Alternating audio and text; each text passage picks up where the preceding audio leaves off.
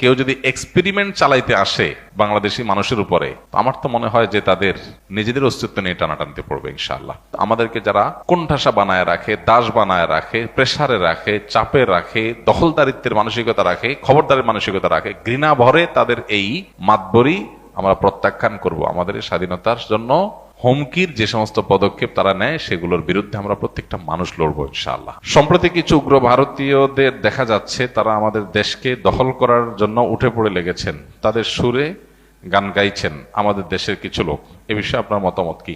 আমরা এই বিষয়ে বলেছি আলহামদুলিল্লাহ আমাদের আজকের খুতবাতে যে আমরা যদি বাংলাদেশের মানুষ ঐক্যবদ্ধ থাকি এবং বাংলাদেশের মানুষের যত নেগেটিভ জিনিসই থাকুক না কেন, কিছু পজিটিভ জিনিস আমাদের দেশে মানুষের আছে আলহামদুলিল্লাহ। এর মধ্যে একটা জিনিস হলো, কোন দুর্যোগ যদি জাতীয় পর্যায়ে আসে, দেয়ালে যদি পিঠ ঠেকে যায়, তখন দেখা যায় আমাদের দেশে মানুষ ঐক্যবদ্ধ হয়ে যায়, সবাই কাঁধে কাঁধ মিলিয়ে নেমে যায়। এবং আলহামদুলিল্লাহ এটা আমাদের একটা শক্তির জায়গা। আরেকটা শক্তির জায়গা হলো এদেশের বেশিরভাগ মানুষ মুসলমান। তারা যদি হিন্দুত্ববাদ দ্বারা আক্রান্ত হয়, প্রতিটা মানুষ আল্লাহকে খুশি করবার জন্য তার জীবন দেওয়ার জন্য প্রস্তুত থাকবে ইনশাআল্লাহ। সো আমার মনে হয় না যে আমাদের এই প্রিয় স্বদেশকে কেউ তুড়ি মেরে উড়ি দিয়ে দখল করে নেবে, এই স্বপ্ন বাস্তবায়ন হবে এত সহজ না ইনশাআল্লাহ তাআলা। তবে এর জন্য আমাদেরকে ঐক্যবদ্ধ থাকতে হবে এবং সতর্ক থাকতে হবে, সচেতন থাকতে হবে।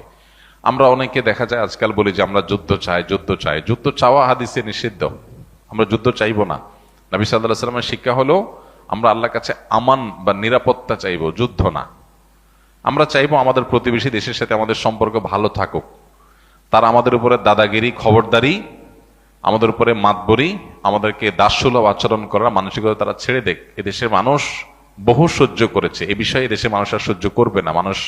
প্রত্যেকটা মানুষ ক্ষোভে ফুঁসে উঠছে, এটা তাদের বোঝা উচিত। তারা যদি এটা বুঝেন তাহলে ভালো প্রতিবেশী হয়ে আমরা থাকতে পারি, বসবাস করতে পারি। সেটা তাদের জন্য কল্যাণের, আমাদের জন্য কল্যাণের।